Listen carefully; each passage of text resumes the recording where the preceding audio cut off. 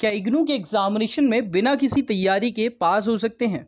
आज की इस वीडियो में डिटेल में आपको कुछ स्ट्रेटजीज बताने वाला हूं, कुछ ऐसे पॉइंट जिनको फॉलो करके आप ना केवल पास हो पाएंगे बल्कि एक अच्छे स्कोर भी फोड़ पाएंगे, वो भी बिना किसी तैयारी के। हाँ, इस वीडियो में डिटेल में बात करेंगे, साथ ही साथ आपको बताऊंगा कुछ ऐसी मिस्टेक्स के बारे में जो आपको बिल्कुल भी नहीं करनी है, क्योंकि अगर आप इनमें से कोई मिस्टेक करते हैं, बेशक आपकी तैयारी बहुत अच्छी हो, आपका पेपर कैंसिल हो सकता है और आप फेल हो सकते हैं।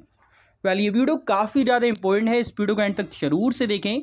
साथ ही चैनल पहली बार आए हो, मेक श्योर आप चैनल को जरूर से सब्सक्राइब करें, बेल आइकन दबाएं ताकि लेटेस्ट अपडेट आपको सबसे पहले मिलती रहे। आइए स्टूडेंट बात करते हैं एक एक करके सभी पॉइंट्स पर। फर्स्ट ऑफ ऑल स्टूडेंट मैं आपको कुछ आंसर शीट दिखा देता हूँ जिससे आपको कुछ आइडिया मिल जाए किस प्रकार से लिखना है, फिर हम बात करेंगे मिस्टेक्स के ऊपर। देखो, राइटिंग्स को लेकर काफ़ी पॉइंट आते हैं कि राइटिंग यार बहुत बेकार करो तो नंबर अच्छे मिलेंगे, राइटिंग बहुत अच्छी लिखो तो नंबर अच्छे मिलेंगे, कोई भी चेक नहीं करता। बहुत सारे पॉइंट आपके निकल के आते हैं कि सर चेक तो होती ही नहीं है, चेक तो करते ही नहीं अच्छे से। और ये हमने देखा भी है कई बार, आपकी जो आंसर शीट है ना सही से चेक होती ही नहीं है। कोई भी टीचर्स जस्ट पेन से टिक किया और हो गया, नंबर्स दे दिए, कहीं पे सही कहीं पे बहुत बेकार, कहीं पे सीधे क्रॉस। तो ये चीज़ें हमें देखने को मिलती है, जिससे एक बात क्लियर होती है कि चेकिंग ना बहुत ख़राब हो रही है इग्नू में, और कई सेंटर्स पे यही हाल देखने को मिल रहा है। न केवल इग्नू में बल्कि अदर जो यूनिवर्सिटीज़ है उनमें भी ये चीज़ें हमें कई बार देखने को मिलती हैं कि जो पेपर चेकिंग है ना वो कई बार सही नहीं होती। आपने आए दिनों कई वीडियोस देखे होंगे जिसमें टीचर्स रील्स बनाते हुए पेपर चेक कर रहे हैं। अब रील बनाते हुए पेपर चेक होंगे तो आप सोच लीजिए किस प्रकार से नंबर या फिर चेकिंग होने वाली है। अब बिना किसी देरी के बात करते हैं कुछ ऐसी मिस्टेक्स के बारे में जो आपको बिल्कुल भी नहीं करनी है। तो आइए मिस्टेक नंबर 1 की बात करते हैं, और इसको लेकर ना 2 पॉइंट निकल के आते हैं। एक, बैड हैंड राइटिंग जो आप लोग कहते हैं, और इसी को मैं यहाँ पे समझा रहा हूँ। देखो, एक पॉइंट ये दिया जाता है कि यार अगर नहीं आता ना तो ऐसे लिख दो कि टीचर्स ना समझ ही ना आए और आपको नंबर दे दें। बट क्या आप इतना गंदा लिखोगे और टीचर आपको नंबर दे देंगे? तो यार इसका आंसर कई बार येस भी है, कई बार नो। रीज़न ये है कि कई बार ना टीचर्स ये सोचते हैं यार कि कहीं ऐसा ना हो कि हम सही आंसर को भी ना रॉन्ग कर दें। और इसका एक बड़ा रीज़न पता है क्या है? कई बार ऐसे टीचर्स को आंसर शीट दे दी जाती है जिनके पास में उस सब्जेक्ट की नॉलेज नहीं होती, और ये सबसे बड़ा फैक्टर बनता है जिसमें आपको बैड हैंड राइटिंग यानी कि जिसमें समझ ही नहीं आ रहा उसमें नंबर मिल जाते हैं। लेकिन ये कई केसेस में ऐसा देखने को मिलता है कि आपको नंबर नहीं दिए जाते हैं। तो हैंड राइटिंग आप अच्छी रखोगे बेहतर रहेगा। लेकिन ये काफ़ी बच्चे आप में से ये स्ट्रेटजी फॉलो करते हैं कि यार कुछ नहीं आ रहा तो गंदी हैंड राइटिंग में भर दो एकदम, जिससे ना टीचर्स के माइंड में एक कन्फ्यूज़न बन जाए कि यार इसमें सही लिखा होगा, शायद समझ नहीं आ रही इस वजह से, तो नंबर दे देते हैं। और ये स्टडी काफ़ी बच्चे फॉलो करते हैं। क्या भी ये स्टडी फॉलो करते हैं कमेंट में ज़रूर से बताना।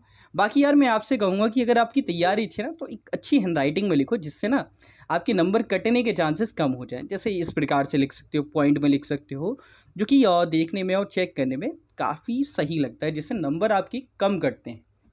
समझ लो इस बात को, ठीक है। बाकी आप बैड हैंड राइटिंग वाले भी पॉइंट फॉलो कर सकते हो। अगर आपको कुछ नहीं आता तो आप लिख सकते हो, क्योंकि यहाँ पे जो पॉइंट आपको याद रखना है वो ये है कि क्वेश्चन छोड़ना कोई सा भी नहीं।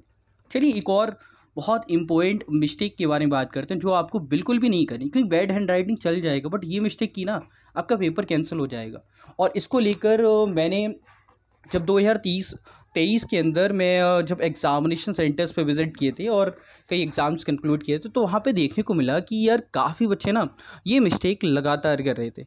एक और मिस्टेक है, इसी में बताऊँगा। पहली मिस्टेक कि यार कई बच्चे ना दोनों ही लैंग्वेज में आंसर्स लिख रहे हैं। मतलब आपका जो क्वेश्चन पेपर है ना वो हिंदी इंग्लिश दोनों में होता है, बट कई बच्चे क्या करते हैं, मीडियम इंग्लिश है और वो हिंदी में भी लिख रहे हैं, आधा इंग्लिश में भी।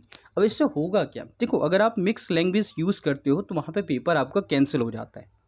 तो ये मिस्टेक आपको बिल्कुल भी नहीं करनी है, क्योंकि कई बच्चे क्या करते हैं हिंदी और इंग्लिश दोनों में लिख देते हैं। मतलब इंग्लिश का पेपर है, और एक बार ऐसा भी हुआ कि एक इंग्लिश का पेपर था, वो 3rd ईयर का पेपर था, ठीक है, और उस बच्चे ने क्या किया, उसने हिंदी में लिख रखा है अननेसेसरी चीज़ें, उसको बिल्कुल भी नहीं आ रहा है, बीए कर रहा था बच्चा और उसने हिंदी में उस पेपर को लिख रहा है, जिसका कोई लॉजिक नहीं बनता। अगर आप इंग्लिश लैंग्वेज का पेपर हिंदी में लिख रहे हो दैट मीन्स आप अपने पैर पे खुद ही कुल्हाड़ी मार रहे हो। इससे अच्छा तो मैं कहूँगा क्वेश्चन ही लिख दो, ठीक है, उसी को आप घुमा फिरा के लिख दो तो एटलीस्ट एक चांस बनता है कि मिल जाए। बट हिंदी में लिखो वो डायरेक्ट कट है, टीचर समझ जाए यार इंग्लिश का पेपर है, हिंदी में कर रहे हैं, इलॉजिकल, दैट मीन्स कैंसिल होने वाला है। तो ये मिस्टेक आपको बिल्कुल भी नहीं करनी है। एक और इसी में इंक्लूड करूँगा, ये मिस्टेक भी काफ़ी कॉमन है, काफ़ी बच्चे ये मिस्टेक करते हैं। उनको लगता है कि यार इस बेसिस में ना टीचर्स ना नंबर दे देंगे, मतलब वो थोड़े पिघल जाएंगे या फिर हमारी बात में आ जाएंगे और नंबर दे देंगे। इर्रिलेवेंट चीज़ें लिखना, मतलब अननेसेसरी चीज़ें लिखना, जैसे कोई साइन बना दिया, जैसे ये लिख देना जय माता दी, या अननेसेसरी चीज़ें जो जिसका पेपर से कोई लॉजिक नहीं है। ठीक है, कुछ बच्चे राम राम लिख के आएंगे, देखो उसका जाप करना चाहिए जो आपको अच्छा फील करेगा, बट उसका पेपर में नहीं लिखना है। ठीक है, आप पेपर में लिख के आओगे या फिर कोई साइन बना दोगे, उससे क्या होता है, ये सभी चीज़ें नोटिस होती हैं, जिस बेसिस पे आपका ना पेपर कैंसिल हो जाता है। तो आपको ये मिस्टेक भी नहीं करनी कि अननेसेसरी चीज़ें आप पेपर में लिखे जा रहे हो। अगर आप ऐसा करोगे तो यार आपकी जो सीट है ना वो कैंसिल हो जाएगी, आपका पेपर ही कैंसिल हो जाएगा, आपको 0 मिलेगा।